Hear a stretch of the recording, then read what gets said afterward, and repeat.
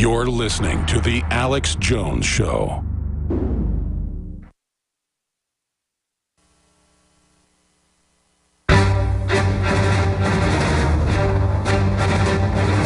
Big Brother, mainstream media, government cover-ups. You want answers? Well, so does he. He's Alex Jones on the GCN Radio Network.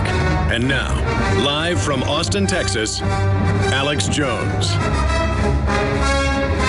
I'll be honest with you, as I always am. It gives me a headache when I think about talking about a civil war and how it can start, how it will unfold, what the globalists are going to pull, what their master plan is, one of their prime plans. I'm going to do that in the next segment, then continue with your calls. And I will get into the latest on the economy, on gas prices. Amazon unveils army of robots to deal with the Christmas surge. I want to get into VIP pedophile ring, abused teenage boy inside Buckingham Palace and Balmoral Castle. And I'm going to explain why that's so important coming up. Right now, let's go back to your calls. Let's talk to Mark in New Jersey. What's your line in the sand? My line in the sand, Alex, is definitely the camps.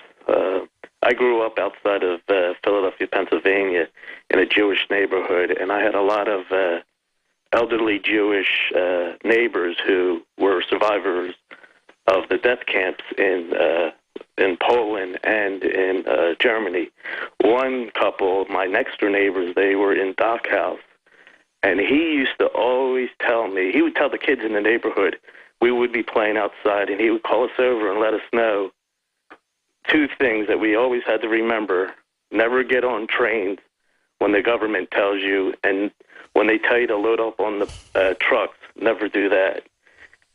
They said, he would always say, they'll tell you, it's pretty much, they'll tell you they're taking you somewhere safe or it's time to work to help with the war, and next thing you know, you're in line to get gassed. Him and his wife both escaped.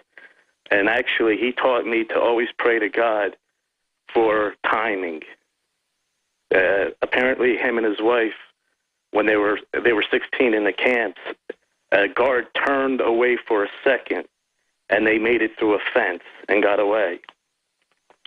Well, that said, he also warned me the signs of what it would look like when society was falling back into that rut. And when I call it the rut, when these globalists, it's time to exterminate. Yeah, this happens in every culture over and over again.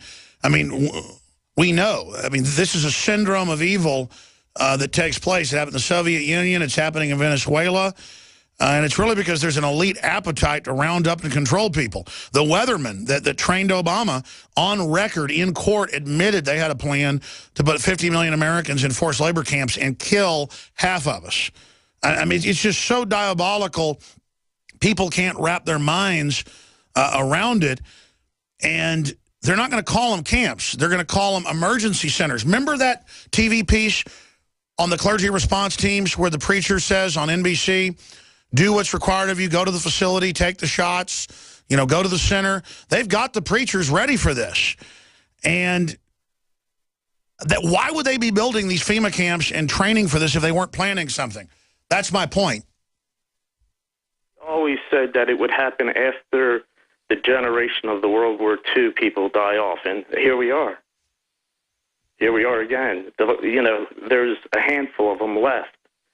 And, unfortunately, nobody listens to them. Well, I wouldn't want to be a communist or Nazi survivor and see the cameras, the black uniforms, the spying, the checkpoints. Again, a horrible police state coming from the globalists. But they want us to blame the police to play into a war with them, which is self-fulfilling, instead of educating the police. But now with Ferguson and all this, see, it legitimizes the federalization. And notice Obama is out saying, we need to talk about federalization. Feds reaching out. In fact, we print that article you had up earlier. That's his solution when federalization is what helped do this in the beginning. I appreciate your call. We're going to talk to Indigo, and we're going to talk to Brian, Liz, Dan, and others. Toll-free number to join us, 800-259-9231. What is your line in the sand? Do you think we can avert civil war?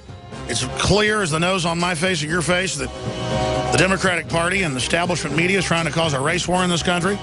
I got stacks of reports of whites being beaten to death with hammers in Missouri and people being robbed, women being attacked. I mean, it's bad, and CNN says it's legitimate, and Time says it's good. If a civil war starts, he better be hiding down in the Caribbean where he is most of the time. I'll tell you that right now. And I don't want any fight with Louis Farrakhan. We can pull the numbers. They vary, but these are well-known numbers. Anybody can look these up from the Justice Department. Rural blacks in predominantly black rural areas have about the same crime rate as rural white areas.